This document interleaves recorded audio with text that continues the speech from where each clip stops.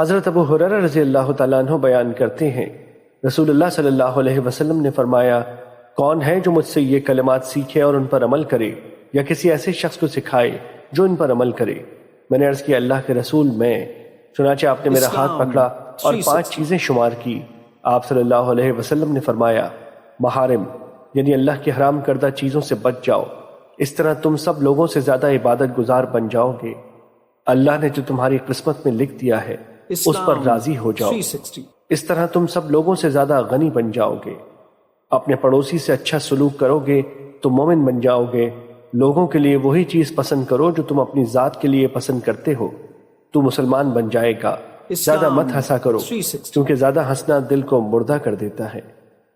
مشکات المصابیح حدیث نمبر 5171۔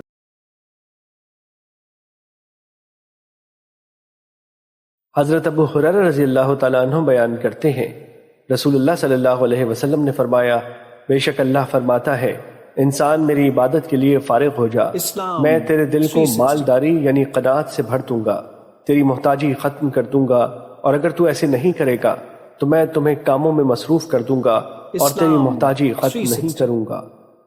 مشکات المصابیح حدیث نمبر 5172۔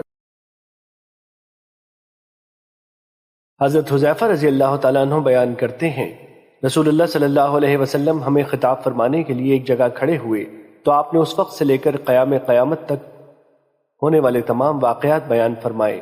یاد رکھنے والوں نے اسے یاد رکھا اور بھولنے والے نے اسے بھلا دیا، اور میرے ساتھی اس سے خوب آگاہ ہیں۔